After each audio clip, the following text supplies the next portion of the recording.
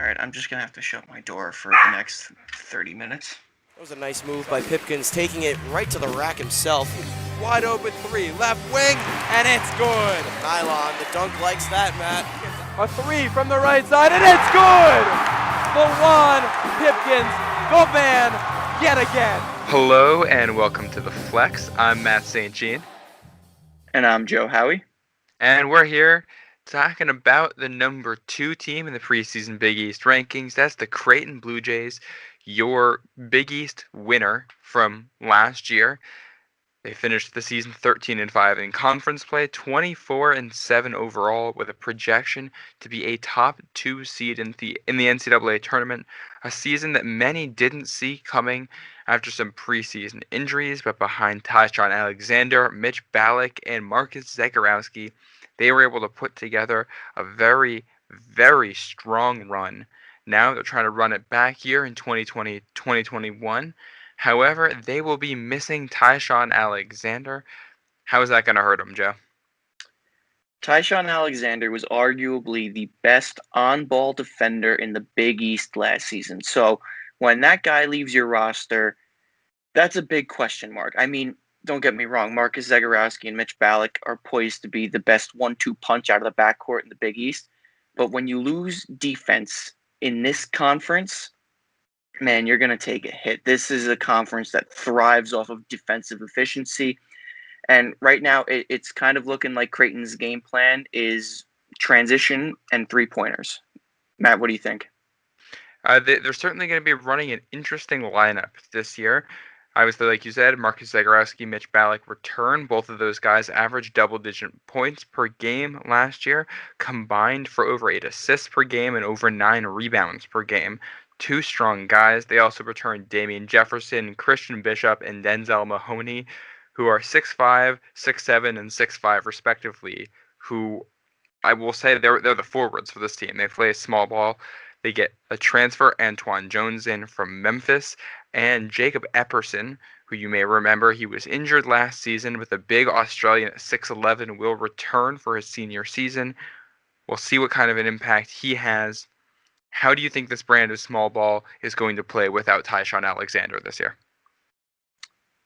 Personally, I think it's going to go one of two ways. I think they could thrive with the small ball. It depends really on Marcus Zagorowski and Mitch Ballack.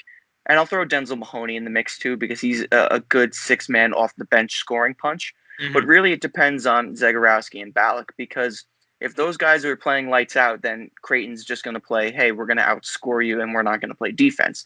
But if those guys are having a tough night, then they're going to need to rely on their defense. And when their best defender goes to the draft, but then doesn't really get drafted, it's kind of it's a toss up really because you've got a lot of other teams in the Big East that have good guards that can compete with Zagorowski and Ballack, mm-hmm. But those teams that have good guards are well balanced by anchors in the paint as well, which Creighton is not. You talked about Epperson, who's 6'11". Right now, he's not listed as a potential starter. Christian Bishop is projected to start at the 5, and he's only 6'7". So that puts him well under the height range of every other center in the Big East. Yeah, and when you play that small, you got to hit your shots. I'm looking right now at your returning guys of Mahoney, Zagorowski, Bishop, Jefferson, and Ballack. None of those guys have a true shooting percentage of lower than 55%. So that's when you take into account 2s, 3s, and free throws shooting percentage weighted based on how many points you get for each one. So they can definitely shoot the ball, but also, like you said, they don't have a real true big man who can anchor in the paint. Now, that wasn't really an issue for them last year. They did sweep Seton Hall, winning by 5 points at Seton Hall, and then by 17 at home in their Big East regular season finale. But again, those were with Ty-Shon Alexander, and you lose a defensive player like that, and defending those entry passes into the paint gets a lot more difficult. Yeah, Matt, I don't think you and I can emphasize this enough that the loss of Ty-Shon Alexander is going to hurt this Creighton team on the defensive end. Now, with that said, Marcus Zagorowski on the positive side is arguably going to win Big East Player of the Year. I think Gillespie will probably give him a run for his money, and Duke will give him a run for his money. But really, he is the projected front runner for that title.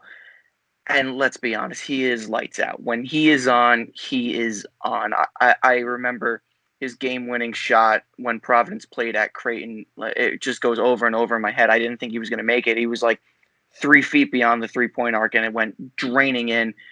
I was like, oh my God, that kid can hit shots. And I mean, when you can hit shots like that, that's why you're projected to be the Big East Player of the Year. Yeah, Straight and Zagorowski, simple. he's the top returning scorer of the Big East. Like you said, preseason player of the year, averaged 16.1 points per game and shot the three at 42.4% last year on a high volume of shots. So if you're looking for that guy from a stardom perspective who's going to be replacing Miles Powell or Marcus Howard at the top of the Big East, Zagorowski's the next guy in line. Yeah, and then let's not forget Mitch Ballack at the 2. I mean, what I like about him, Matt, and you know what I'm going to say here, he's a matchup nightmare, but on the smaller end. So I guess you can call him a wing, but he really plays the 2. And this is what I love about positionless basketball is that he's 6'5" playing the 2, whereas a lot of other 2 guards in the league are probably not 6'5", maybe except David Duke, who's not really even a true 2 guard. He's more of a backup point guard. Regardless, I'm going into a rabbit hole. He's a great wing 2 guard because he can score the ball in a variety of ways, mainly from the 3, but he's tough to guard. He's taller than a lot of other guards, and he's experienced. You look at him, you would think, man, that guy's not going to do anything. And then, three-pointers later, it's like, okay, he just went on a 9-point swing, all because of Mitch Ballack. Yeah. The Athletic has been putting out rankings of the top 20 players at each position in college basketball, and for guards, they have Mitch Ballack as the 11th ranked guard in the country coming into this season, and then Marcus Zagorowski at number 4 in the country, which, I mean, that's the Big East is one of the top conferences, so you would expect the top players at the most important position on the floor in one of the best conferences to go that high. But it is still a little bit shocking to see not 1 but 2 guards from Creighton in the top 20. You know, Matt, that's a really interesting point you bring up because I think it was earlier this week, Ed Cooley was a guest on Barstool Sports' Bench Mobs, which is a college basketball podcast. And he said that, while the Big East does produce great bigs and great wings, that, when it really comes down to it, guard play is going to win you games because if you're in a tight game and you come down to the end, who's got the ball in their hands? Your center's not taking the ball up. Your 4 is not taking the ball up. In a very rare instance, your 3 is. It's going to be your 1 or your 2, most likely your 1. And that's, really where this league is going to thrive. It's going to be guard play. Every team in this conference brings back some sort of talented guard, except for Georgetown. Sorry, Patrick Ewing.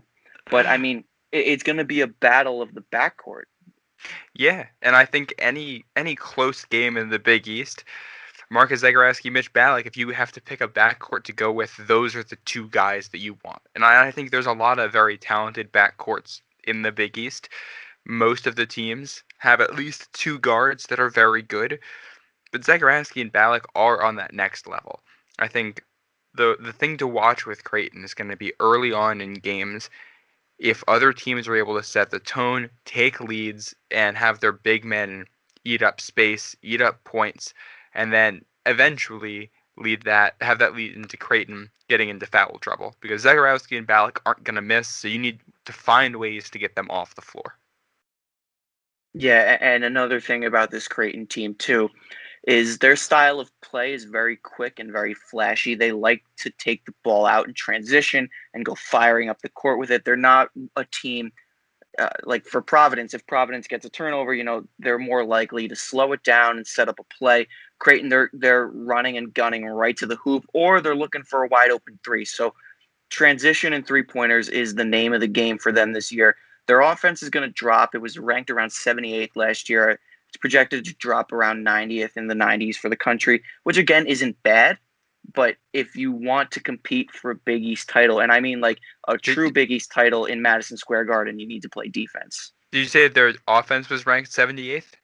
Defense. Okay. Yeah. No, their offense was definitely not ranked 78th. No, their offense ranked third last year in the Ken Palm rankings. Just to wrap up, going to list off a couple other names for you to know here. Sharif Mitchell, the sophomore guard. He'll be coming off the bench in relief of Zagorowski or Ballack. There's two freshmen who are roommates that tore their ACLs back-to-back. I'm going to butcher both of these names. Andrana Kashvili and Modestus Canclaras.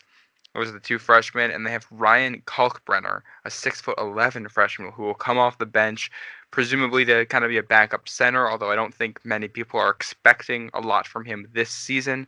I'll give you the final word, Jeff. You think Adrana Keshvili is related to Mamukelishvili? You know what? I really don't know. Maybe that last name is like Smith, where they come from. That's not the last word I was expecting to give, but as I'm reading his last name, I had to say it. Something to look forward to for that all-name Big East team. But this is going to wrap it up for the Creighton Bluejays, projected to finish second in the Big East. We'll be back next time with your number one Villanova Wildcats. This has been The Flex. For Joe Howie, I'm Matt St. Jean. Follow us on Twitter @TheFlexHoops, and thank you for listening. Go Friars.